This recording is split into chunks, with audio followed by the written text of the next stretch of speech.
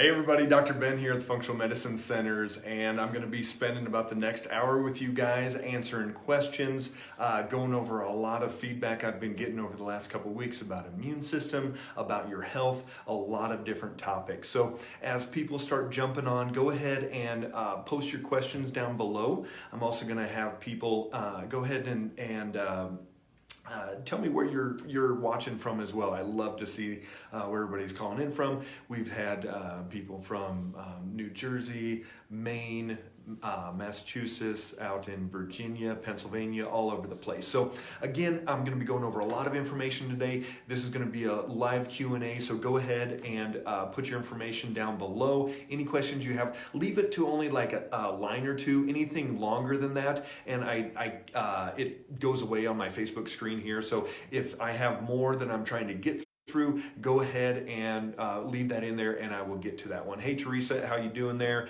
Randy out in Scotts Bluff, how are things out there? I think this heat wave's going to break in the next couple days, so hopefully it'll cool off a little bit out there as well. So let's jump in, and I'm going to talk about immune system, immune health, what we can do, what we can't do, what hurts it, what helps it. And that's the big thing that we look at, is a lot of people just don't know what to do, and they don't know what is helping and what isn't helping. So let's go over what the immune system is and what actually happens, and are there things that can be beneficial and things that can actually hurt it or not allow us to do what needs to happen. So here's where we are. The immune system is this part of the body.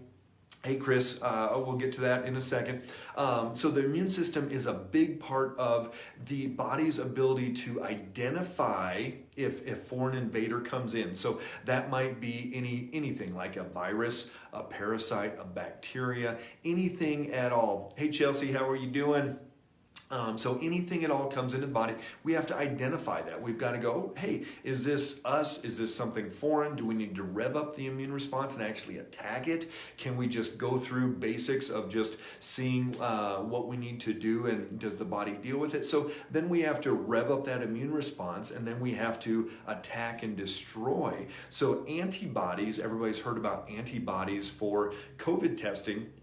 Antibodies are going to be the things that basically target those viruses, bacteria, whatever it is, for destruction. So it's going to target it, then our immune system cells comes in and destroys it, and then we have cells that go and clean it up and get rid of that. So every step of the process is crucial. So we know that immune system is absolutely essential for a lot of different things.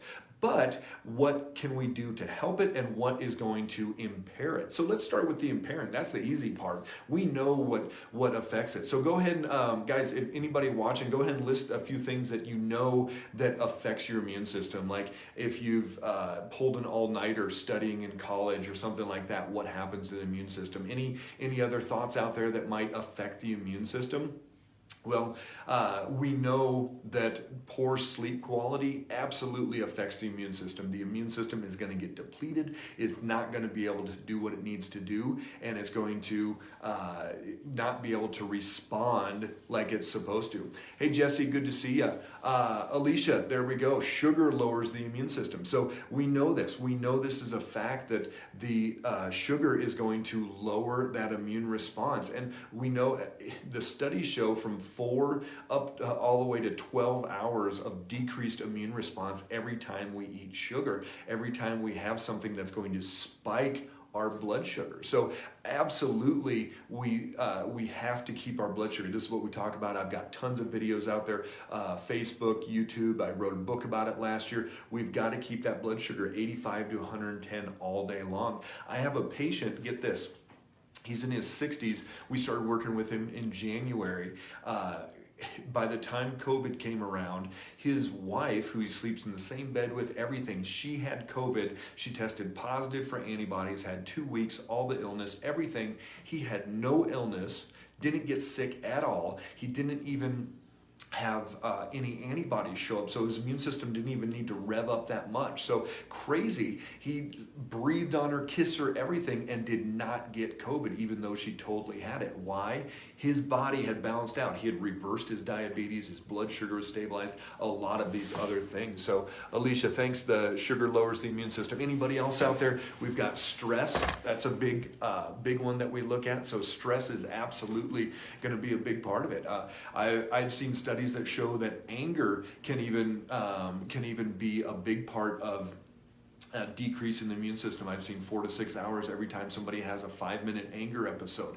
The chronic stress, what does that do to our adrenal glands? Our adrenals are our stress glands, and as they go through this constant turmoil, this fight or flight, think about these two different systems that you have.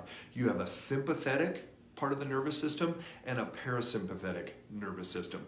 Give me a thumbs up if any of you feel like you're in the sympathetic all the time. Sympathetic is what? Fight or flight. Parasympathetic is resting and digesting and repair, and that's also where our immune system comes into play as well. So if somebody's in a chronic fight or flight, that is going to put them in, yep, there's some thumbs coming up there, that's going to put them in this depleted state. So the three big things that you think about if somebody's in a chronic fight or flight: one, it's going to tax their adrenals. Their adrenals are not going to be able to work like they're supposed to. Two, their digestion is going to be off as well. And what does that mean? Well, resting and digesting or fight or flight, you can't do both at the same time. I always joke, there was a guy that got attacked by a mountain lion out here last year and jumped on his back. He fought the mountain lion off, and guess what? He was not digesting, he was not kicking out stomach acid, enzymes, his gut motility, peristalsis was not moving things through. He was in a true fight or flight, revved up state, so he could not digest, but that was also his immune system that was not working as well. So that chronic fight or flight is going to jack with our adrenals, it's going to throw off our digestion, and then it's going to affect our immune system as well, and it's going to deplete that. If somebody has elevated cortisol, which is the main adrenal hormone, they're not going to be able to fire their immune system. Hey Lori, good to see you. You've been there, yeah, in that fight or flight. I think we all have, and especially over the last few months, and then these last few weeks, and riots, and who's right and who's wrong, and all these different things. I think until we get all the elections and everything dealt with this year, it's just going to keep revving up, and people are just feeling so much angst and everything. We've got to be able to shut it down. So good to see you there, Lori. What else do we have? Jesse, suboptimal nutrition. Absolutely. So think about this. If somebody's eating a lot of green vegetables, fruits, good fats, a lot of different things, versus somebody's going to 7-Eleven and just eating the breakfast burritos, a lot of those things, if you do not have the proper nutrition, there's no way you're going to be able to stimulate your immune system at the right time. And especially if you're having that suboptimal nutrition, you're probably jacking with your blood sugar as well there. Hey Maria, you got a question? I don't understand one part. With my autoimmune, I take meds to turn off my immune system so that my body does not eat my... Okay, I can't see the rest of it. So anybody jumping on, if you've got questions, this is a live Q&A, put them down below. Or follow this page if you haven't already. Share this with anybody that you know has questions and would want to jump in. I'm going to be here for about an hour. So Maria, I can't see the rest of your comment there. I can only see about 2 or 3 lines, so make sure you guys are keeping those short or do multiple messages. So I'm guessing you're asking that with the meds that turn down your immune system, that is a big issue with the immune response. So think about this. The autoimmune itself does not predispose somebody for having challenges with COVID or other infections. So autoimmune and fighting off the virus are 2 different parts of the immune system. We have seen no research that shows that people with autoimmune conditions, Hashimoto's, MS, lupus, any of those things have worse outcomes or have harder time issues fighting off the viruses. But what we have seen is that people that are taking prednisone, that's an immunosuppressant That's a cortisol type stimulator there.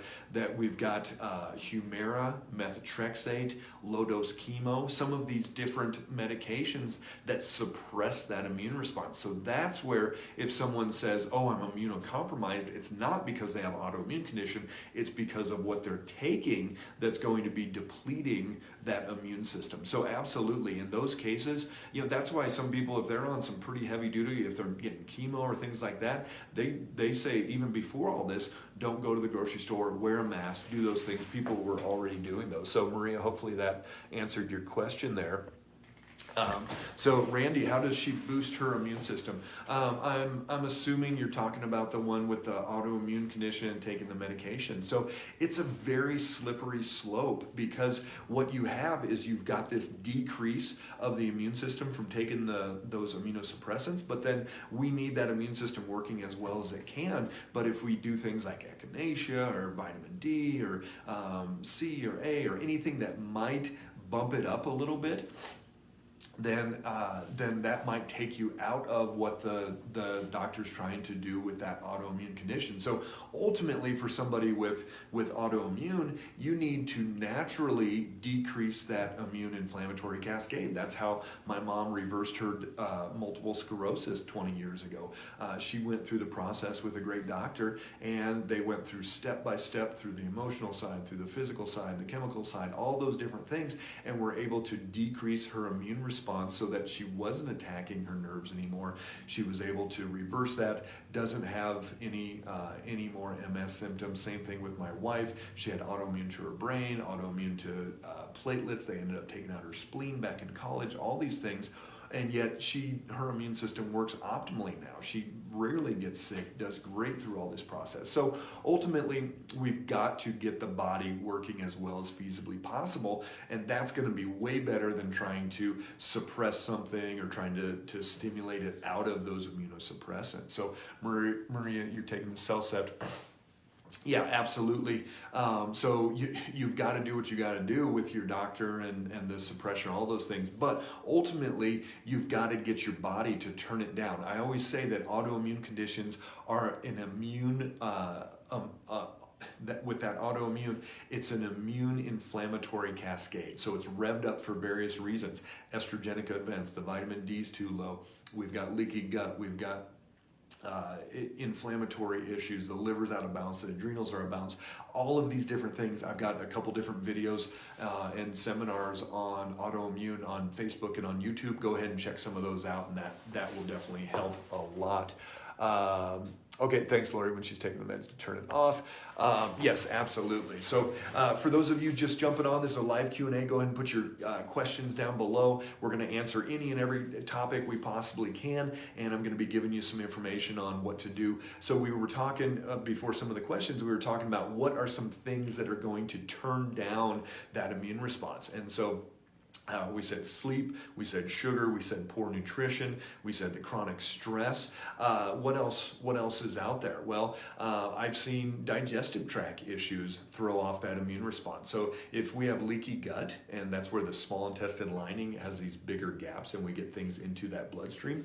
So leaky gut can stimulate the immune response to go into an autoimmune pattern, but also if we're getting that inflammatory cascade into the body through that digestive tract, it's going to decrease the immune system as well. So Lori, yeah, I have seen the lichen planus get better, and especially if the body fixes itself there. So Alicia, I have no symptoms of virus. How likely are you to infect someone with a weak immune system?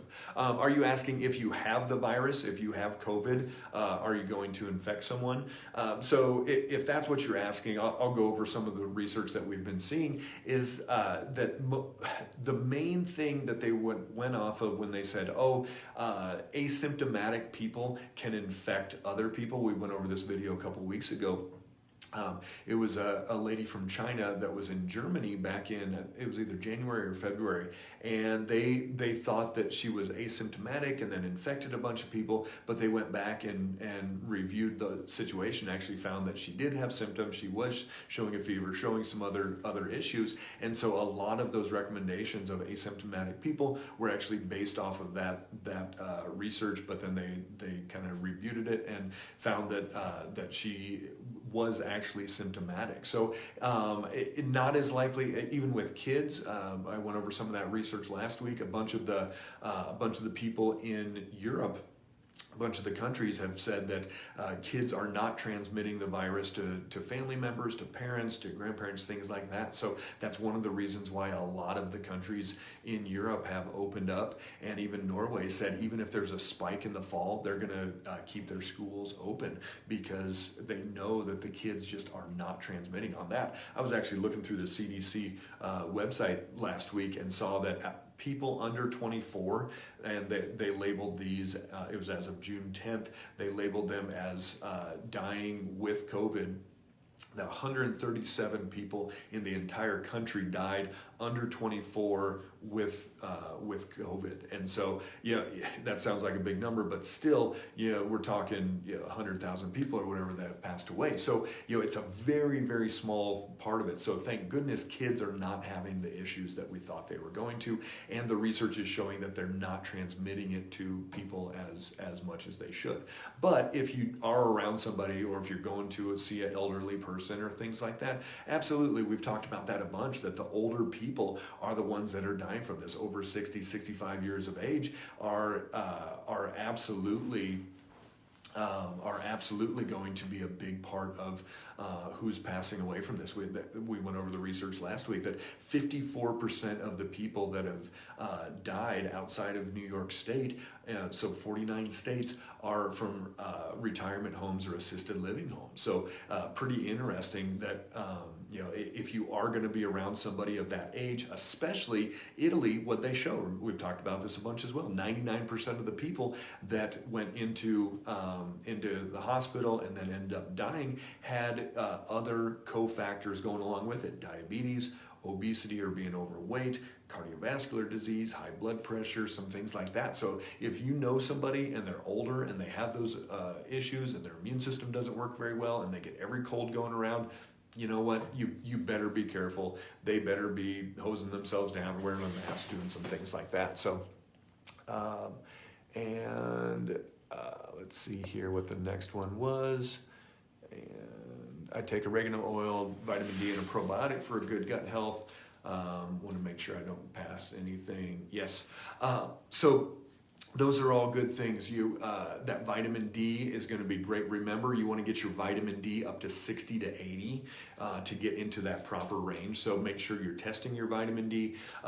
We also talked about the second wave that people are worried about is coming in the fall. The biggest thing you can do over the summer is to get your vitamin D into that 60 to 80 range. Tons of research out there showing how important it is for vitamin D levels. There was one test done where they did the nasal swab, and the people that came back positive, their vitamin D was 11. Get this, I want you 60 to 80, and the negative people were 24.6. So huge difference in those averages through there. So we definitely need to get that vitamin D where it needs to be. Probiotic for good gut health, absolutely another great place to start there. All right, so for those of you just joining, go ahead and put your questions down below. Anything immune system related, looking at what we need to do to help our there you go, Jesse, help our adrenals for that stress that we were talking about. I'll get to that one in a second, Jesse. So remember, some of the big things that we've seen that decreases the immune response: blood sugar imbalances, especially the spikes, that's going to decrease your immune system. Cortisol releases like anger, stress, some of those things spiking up, going to decrease your immune system. Poor sleep is going to decrease your immune system. A bad gut is going to decrease your immune system. Not enough vitamin D is going to decrease the immune system. Vitamin D, we need to be in the 60 to 80 range. So that's huge number there.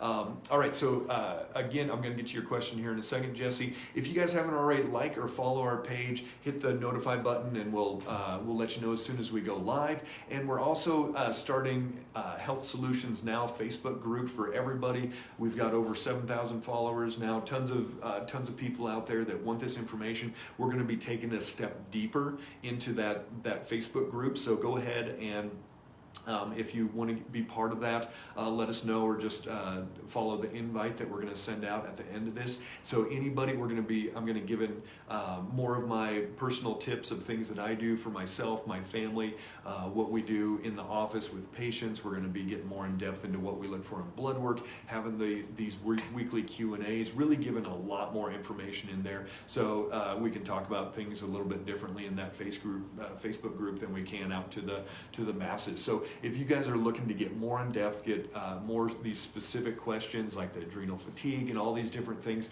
you've got to jump into that Facebook group. So yes, Denise, we'll get you on there.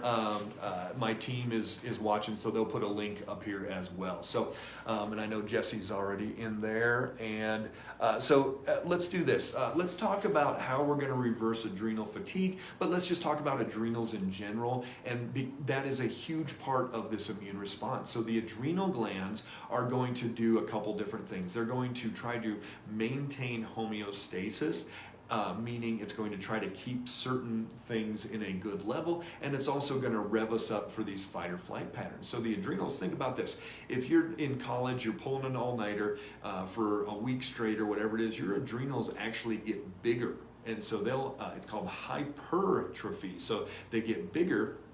And so then from there, they get bigger, and then ultimately they can't maintain that. And eventually they start crashing down. And so then if that stress, if you just come back to normal, they come back to normal size, and you don't have the stressors anymore. But if you continue on the stress path, which in modern America we all are, especially women that are looking at, okay, I went to school and then I got a job and I had kids and I got to deal with my husband and I got to pay the bill, all these different things, and that stress just keeps hitting. Eventually we get what's called adrenal fatigue. And so that adrenal fatigue can feel like a lot of different things, but it's usually going to be you crash down easily, you get dizzy when you go from squatting to standing, so you're not able to maintain that blood pressure like you need to. Maybe you have to wear sunglasses outside too much because your pupils can't maintain that. You're getting varicose veins or hemorrhoids. You're getting tired in the afternoon. You wake up and you're still tired in the morning. So you're getting a lot of issues that are continually having to drink coffee, different stimulants, different things to try to get up and go throughout that day. So what do we need to do? How do we correct these? Well, the first two things that you have to do is see what is actually going on and still causing that stress, and reverse those things. So what happens is, think about this. It's not just, okay, how do we rebuild? And I wrote a brain book a couple of years ago, Stop the Damage, Start the Repair. That was for the brain, but it's the same concept for everything, for the adrenals. We have to stop damaging the adrenals, and then we have to start rebuilding them. So some people, they'll be on adrenal supplements for years. They come in as a patient, and they're like, man, I don't know why this isn't working. My adrenals still aren't working. I'm still not doing like I want to be in the afternoon and crashing and all these things.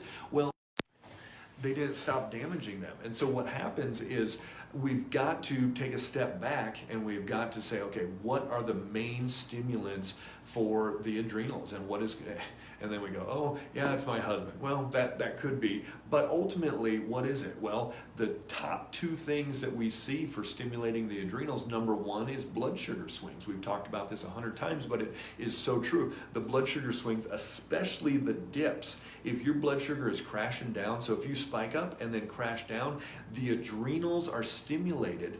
They tell the liver to pull glucose out of the bloodstream. So if we're crashing down, our blood sugar, I don't want it under 85. If you're down at 75, the adrenals are trying to get that up into the good range. So what does that do? Well, it revs it up. It tells it to the liver to kick out that glucose. And every time that happens, adrenals, over and over and over. And so people for years are dealing with this adrenal stress coming from their blood sugar swings. Number two is going to be from that sympathetic dominant state, and we get into that high alpha, and we've got to be able to calm that brain down. That's why we do a brain map and neurofeedback with patients and calm their brain down all the time, because if we can get them out of fight or flight, that's a huge part of the process. But meditation, prayer, relaxation techniques, deep breathing techniques, all those different things are going to be crucial to get that in there. Jesse, I'll get back to you in a second. Let me see what I missed here. Denise, we'll get you that membership. Karen, great. We'll have you in that Facebook group. Again, the Health Solutions Now, we will be getting much more in depth, having these type of calls, do a bunch of these things. What blood work do I request to vitamin D level? Maria, if you're just doing regular blood work, just have them do a vitamin D level, and it's pretty standard across the board there. So if you have any other questions on that, let us know specifically. Absolutely, Jesse, when you're doing that blood sugar monitoring and trying to repair your adrenals, it so makes sense. And this is why we added in the blood sugar monitor years ago with our patients, because just guessing, just using glycemic index, just trying to go with a paleo diet or whatever it was, we still found things that people were spiking and crashing all the time. Intermittent fasting, who's heard of intermittent fasting out there? Give me a thumbs up if you've heard of it, if you've tried it, did it work for you, anything like that. Intermittent fasting is actually one of the worst things that people can do if they have low adrenals. Stacy will get you access to the group as well. Jesse, we've got these crashes, and if somebody's Alicia messed up your hormones, absolutely, and I'll talk about hormones and blood sugar in a second here. So these intermittent fasting, you're pushing it low, and you're going, okay, I'm not just going to go 8 hours or 10 hours or 12 hours and go, and you're just pushing the adrenals because you're trying to get a little glucose, a little glucose, a little glucose. So over and over and over, you're pushing those adrenal glands. And if somebody's already depleted that way, if somebody already has adrenal fatigue, it can be one of the worst things that they need. But again, that's why we do the blood sugar monitoring. I do this because we poke our finger. So we do the blood sugar monitoring. So that's so true, Jesse. You've got to, as you're repairing those adrenals, you've got to know why it's crashing over and over and over. Speaking back to the autoimmune, and if somebody's on medication for that, if they're on prednisone absolutely jacks with your adrenals, and it also jacks with your blood sugar. I'll see people on prednisone, and they're 40 points higher than normal on there. It's crazy. Really, really intense as far as what we have for those swings in there and what it's going to do to the body. So to help those adrenals, it's not just about taking your ashwagandha or taking your different adrenal supplements that are going to help generate that. We've got to get it to where it's going to be actually stopping the damage first and then start that repair. So you've got to get your blood sugar stabilized, and you got to get your brain balanced out there as well. Stacy will get you in the group as well. Alicia, messed up the hormones. So think about this. We always say if somebody has blood sugar imbalances, so who's heard of PCOS, polycystic ovarian syndrome? Give me a thumbs up if you have. PCOS, I've seen 18-year-old girls with PCOS where they have cysts on their ovaries, and they were put on what? They were put on metformin. Metformin's a diabetes drug. There's some thumbs up out there.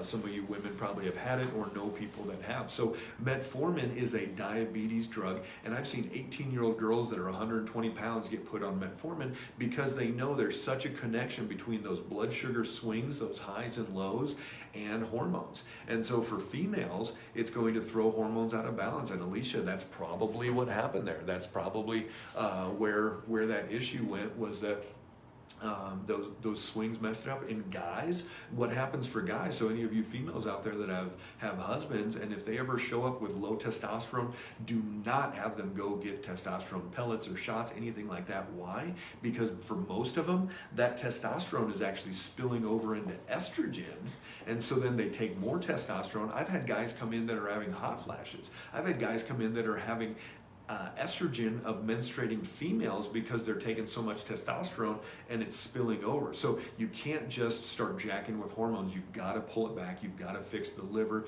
fix the blood sugar, do all those things. So for those of you guys jumping on, this is a live Q&A, so go ahead and throw any questions you have out there. Immune system related is great, but we're having some good discussions on a lot of different aspects, and really everything is related to the immune system. So we can say that talking about the adrenals and blood sugar and all this stuff absolutely is related to that. So Denise, if you've been doing the intermittent fasting, but if you're checking your blood sugar, then you should be able to tell. All right, Carol, we'll get you in that group. And then Lori, definitely we can do some blood draws. And Lori does a great job. She draws our blood. We had a Facebook Live last month where she drew my blood on the video, but she is amazing. People say all the time, wow, I can't even believe that she drew it. It took 30 seconds and that was it. People don't even feel it. In office, we do a huge blood panel.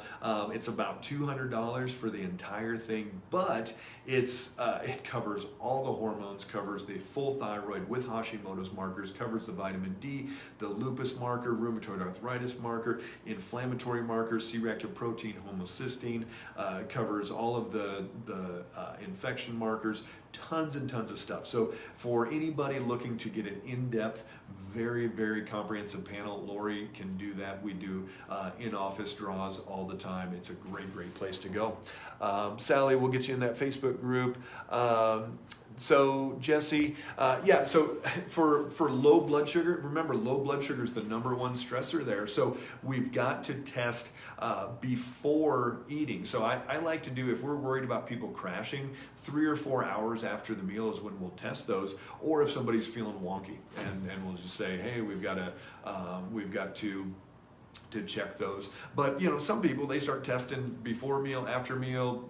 They'll test 20 times a day. I'm a little bit more I'm more like the 3 to 4 times a day, but some of my nutritionists, they really like they get excited, and then the patient gets excited, and I've had patients come in with spreadsheets and all types of stuff. So the more data you can gather, the better. Unfortunately, I've had patients use the full-time monitor, and those are up to like 40-50 points off at any given time, and they were just so frustrated. It was all over the place. Hey Joyce, how you doing? Yes, rheumatoid arthritis. Oops, I hit the wrong button there. So rheumatoid arthritis, yes. We deal with all types of autoimmune conditions. So RA is an autoimmune, MS, lupus, alopecia, where you start losing your hair, where you have blotches. If you know anybody that is losing pigment, that's an autoimmune. Crohn's, ulcerative colitis, all these different autoimmune conditions, they all have the same basic tendencies that we have to fix. So if you go ahead and look at some of my old videos, I've got autoimmune workshops, autoimmune seminars, things that I've done, and we don't treat autoimmune, we treat the body, and we deal with actually decreasing that autoimmune response. So rheumatoid arthritis, is there any great thing, even on the traditional medical side, to rebuild that joint? Well, okay, here's some glucosamine, here's some chondroitin, here's some different things. And so what do? Well, you can only do so much for the joint itself, but you've got to downregulate that immune response. Just like my mom, when she cured her MS, it was not from taking a medication. She actually got off all of her drugs and was able to reverse it and stop damaging that and actually rebuild her nerves. And now she's 77, goes hiking, fishing, does granny boot camp, all kinds of different things. I had a picture of her last week. Check out the Facebook page, and she was fishing, catching. She caught 3 master anglers in one day, if you guys know what those are. Let's see what else we have here. Angela, go ahead. We'll get you in the Health Solutions Now group. Daughter has has vitiligo. So remember this, Angela, every person out there, if they have one autoimmune condition, they're more than double, over 50% of the time will have at least 2 or more autoimmune conditions. So if she has vitiligo, very good chance, and that's again where they're losing pigment in their skin, very good chance that there might be a Hashimoto's, there might be a lupus, a RA, something else coming along the lines. You've got to get that dealt with ASAP. Otherwise, it's going to be that downward spiral where it'll probably hit into something else, and again and again and again through there. So let's see who else we have here. Is the Phoenix office able to run that panel? Absolutely. So they are up and running. The phone number, we've got that. If you can't find it on the website, shoot us a message and we can get you that phone number and we'll get that panel run, and that'll be a great place to start for everybody. Okay, for anybody that's jumped on since I said this is live Q&A, so go ahead and post any questions down below. Immune system, anything that you've got going on with COVID, any issues at all there. If you haven't already liked or follow our page, we love to get information out there, and we've got some of the messages you'll see. We started a Facebook group, Health Solutions Now, this up and running in the last couple of weeks, and it's going to be more in depth into what I do personally, what my family does for our health.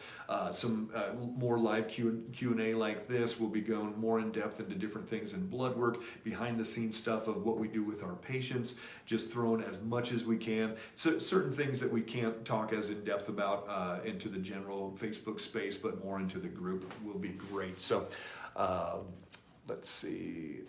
Maria, I have alpha-gal on top of the autoimmune. Absolutely. You've got to get, again, Maria, you've got to get, your whole body is going haywire. You've got to get it to calm down and address that. That's the great part with functional medicine. You address whatever is showing up. And so if somebody's blood sugar and liver and gut, and they've got a chronic infection and this and that, okay, you got to deal with all those things. And that's the great part about doing this, is you do not have to specifically go, ooh, I deal with that autoimmune, or I deal with that autoimmune. You're going to be able to work through every single system in your body that's out of balance. Jerry, we'll get you into the group as well. Tracy, best heavy metal detox food based. Chlorella is going to be good. Cilantro is going to be good as well. Those would probably be the two biggest ones. You can get chlorella in caps. We keep that on hand if we get exposed. We live by out east of I-25 here in Colorado, which is out more in the plains, and there's a bunch of cornfields around us, and so they'll be spraying. Just this weekend there was a airplane that was spraying Roundup on the cornfields next to us. So at times like that, we'll go ahead and do some chlorella capsules, but the cilantro is a good one in there as well. So okay, so anybody that has questions, go ahead and put those down below. I'll be answering throughout. As long as people are on and we've got questions, I'll be answering. So we know that we can deplete the immune system. We talked about that, the stress, the not sleeping as well as we should, the blood sugar swings, the working on the gut issues. A lot of these different things are going to suppress that immune system. So how can we actually support and nourish that immune system? Okay, well, let's go opposite. Getting good quality sleep. So what do we do to get sleep? Well, I've got a video on that as well, sleep hygiene. You've got to make sure that your brain is in a good place to get that good, deep, restorative sleep state. So you turn off your cell phone, your iPad, whatever you're watching on right now. If you're going to sleep at 10, you turn that off at 9. You put your lights on low. We've got salt lamps that we give out to patients, and that reddish orangish glow is really, really good. You don't want to be looking at the blue light from a device like I'm looking into right now. You want that reddish orangish glow, and that's going to help calm it down. You want to put your lights on dimmers or turn them down low. Salt baths, lavender oil. We've got our bedroom set up. It's got massagers and exercise ball and foam roller and a bunch of stretchy massagey type devices. The kids come in and out, and we're moving every evening trying to really get into that good sleep state, and it makes a huge difference. And even with everything that's been going on in business and stressors with COVID and riots and all these things, our sleep cycles have been a little bit messed up, but my wife and I, we really dedicated this past week and redoubled our efforts on that sleep cycle, and it made a huge difference there. So Stacy, I'll rewatch it. Was the best diet to eat to address inflammation? So Great question. So the best diet that's going to address inflammation, here's the best diet. And I hate to quit saying this, but I did a video on it. What's the perfect diet for you? And the perfect diet is one that doesn't jack with your blood sugar, make it go up too high or down too low, doesn't stimulate inflammation, doesn't cause that immune, inflammatory, autoimmune side to go up, and keeps your weight at a healthy level. And if it passes all of those tests, then you can eat that. So is there a perfect anti-inflammatory diet? No, because some people, like we were talking about, the intermittent fasting can actually be one of the worst things if somebody's got adrenal fatigue. A keto diet, I've seen people, they'll lose weight in the first 30 days, but long term, it starts jacking with hormones and some other things like we heard earlier, that their hormones got thrown off with intermittent fasting. Keto can do that as well. Is paleo perfect? Is doing the Whole30 perfect? Is vegetarian perfect? No. First place, you've got to make sure your blood sugar stabilizes with those foods. Make sure that you're losing weight, eating the way that you're eating if you have weight to lose. Make sure that your inflammation, your ring's not getting swollen, anything like that. You've got to be on the scale and watching, not to see if you're losing weight, but to see actually if you're going up. And if you gain 3 pounds overnight, don't eat that food, whatever it was that was causing some inflammation there. So you've got to be very careful with what you're eating, and write it down and record and go through that process.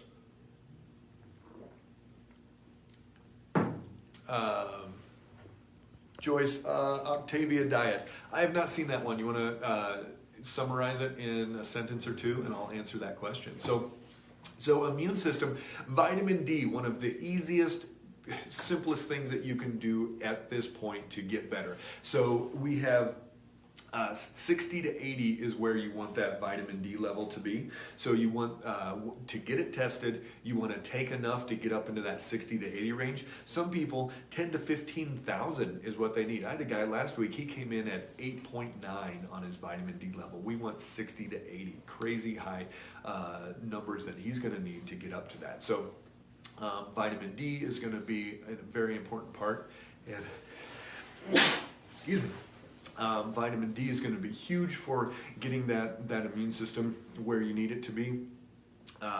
And a lot of research is showing that the people with the lower vitamin D levels have worse outcomes with COVID-19. So you've got to get that vitamin D where you need it to be. If somebody has autoimmune, you even want to be closer to that 80. Vitamin D modulates that immune response, means it balances out, because we've got to rev up the immune system at the right time, but then we've also got to lower that immune system at the right time as well. So vitamin D, huge one for that immune system. Getting the proper sleep, we talked about the sleep hygiene, and using the reddish orange light, calming the brain down, doing bath, lavender, sauna, whatever you can do to calm that brain down before bed. Keeping the sugar to an absolute minimum. Remember, anytime that blood sugar spikes up, you're going to rev up that immune response, and it's not going to be able to deal with viruses, with bacteria, things like that, like it should. So what do you have to do? You've got to eat the diet that is going to keep your blood sugar between 85 and 110. What is that? That's going to be similar to the anti-inflammatory diet that's right for you. And that's what we do all the time with our patients, is that there is no diet. In my blood sugar book, if you're looking for a diet, don't buy my book, because I don't have a diet in there. I could have sold a lot more books, but I didn't. So you've got to stabilize your blood sugar and keep that between that 85 and 110. A lot of patients will lose 10, 15, 20 pounds in the first month just by getting that inflammation down, which is a huge part of it. Let me check a couple more of these. Hey, Heather, how are you? Good to see you out there. What is a good starting dose of vitamin D if you're unaware of your level? You know, Jesse, that's a great question, and I don't want to give a recommendation, because if somebody is already in a good range, which, get this, all right, I'll get into this part of it. 60 to 80 is what we see for where we want that vitamin D level. The average I see, Nebraska, Colorado, Wyoming, Kansas, South Dakota, we have patients come from all over. 25 to 35 is where most patients are. Even down in Arizona, it was that same way when I was down there 15 years ago. And so 25 to 35. If I see somebody at 38, I ask them how much vitamin D they're taking. It's just, there's very seldom do I see somebody over 35 unless they're taking vitamin D. On that note, a lot of patients, if they're down in the teens to low 20s, we'll have them start at 10,000 a day. For some people, if they're in the single digits, they might need 15,000 a day. But if somebody is going a higher dose like that, you want to check even within 8 weeks and make sure that it's not going up too high. How many times have I ever seen somebody go over 100? Maybe 5 ever in my whole career, going on almost 20 years. So very rarely do we see it, but practicing good medicine, you've got to keep an eye on that. Okay, anybody jumping on, go ahead and write your questions down below. This is live Q&A. We're going through anything you've got, COVID, immune system. We've talked about adrenals. We've talked about blood sugar, a bunch of different things. Joyce, the food program based on prepackaged the foods there. So, I've had some extremely overweight patients that did well on some of those things, just because it made it very, very simple and kept them in where they needed to be. But for the most part, I would much rather people get from real live food and stabilize their blood sugar and eat the right proportions and do all those things. But if somebody needs that, if somebody's like dangerously obese and like it's going to affect their life and they're going to lose 100 pounds doing that and then get on a healthy eating program, that would be great. So I think that's going to be fine in through there as well. All right, so we've got stabilizing your blood sugar. We've got getting that quality sleep to help the immune system. We've got vitamin D. Vitamin A is another great one for immune system. So if you're feeling like you're coming down with something, if you've got a flu, a cold, if you feel achy come fall, winter time, 50,000 a day of vitamin A is what a lot of people will do to get their jumpstart that immune system. Obviously with vitamin A, if you think you're pregnant or might be pregnant, you don't want to take a high dose vitamin A.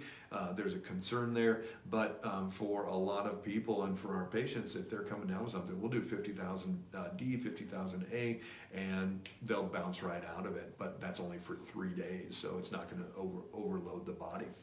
So vitamin A is crucial.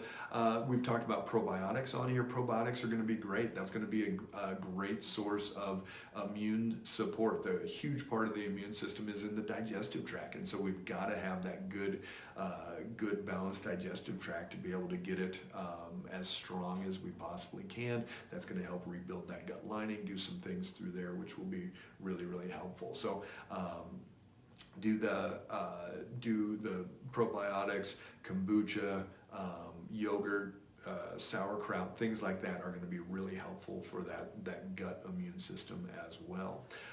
Eating as many raw fruits and veggies, even 8, 10, 12 servings a day is going to be huge for a lot of people. So get those fruits and veggies in. If you can't eat that much, go ahead and juice it. I'm going to show you guys this week what we do for our breakfast juice. Show you how to make that one and what that's going to be able to do. It's a green drink that we do every morning, especially in the summer, and show you some of the benefits of doing that. So yeah, for those of you jumping on, also, if you have not heard, we are starting a Facebook group. A couple weeks ago, we started that. We've got a bunch of posts. People are already in there. And it's Health Solutions Now. It's for anybody that wants more in-depth information than what I'm able to offer just to the general public through Facebook. I try to go live every day or two and give as much information as I can. But this is going to allow us to get more in-depth, get you into that place of what else do we want to see in blood work, talk about with other people, other practitioners around the country, other people that are super interested in these type of things, and we can bounce ideas off each other, and it'll be a great place to spark discussions and really come up with solutions for people. This time is it's crazy out there. We see riots, we see protests, we see how bad is COVID? How many people are going to die? Is there going to be a second wave? Is there going to be a third wave? Are we even going to be able to have school next year? Is my business going to be shut down again? Is your business going to be shut down again?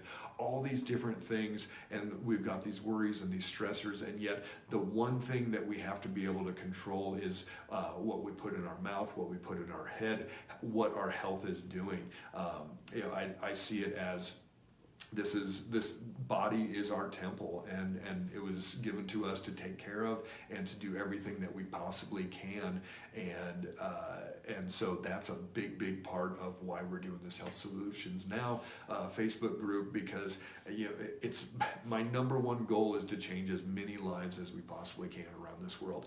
The disease care model of the health system out there is failing, and there's more sick people. The kids on Medicaid, 52% now have some type of chronic condition, where 30 years ago it was 3%. It's crazy the numbers that are going out there. So going up that way, what else do we have? Alicia, kefir is good source. Yes, kefir is good. Joyce, how do you know the effectiveness of your vitamin supplements? That's a great question, because here's an interesting one. I had a patient, she came in, her vitamin D was 60. Perfect, right? And I said, great, how much are you taking? She said, I'm taking this vitamin D from Trader Joe's, and I said, great, keep taking that. That was on me, that was my fault, because the next time, 3 months later, we retested blood work, and guess what? That vitamin D was down to 40.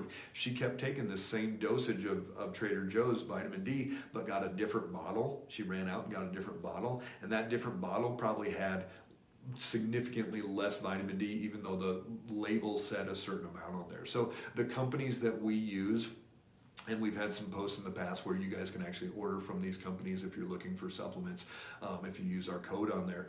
The companies we use, they test every batch coming in. So think about a batch of St. John's wort, and it's this green herb, and there's a label on there that says certified by so-and-so that this is actually this amount of St. John's wort.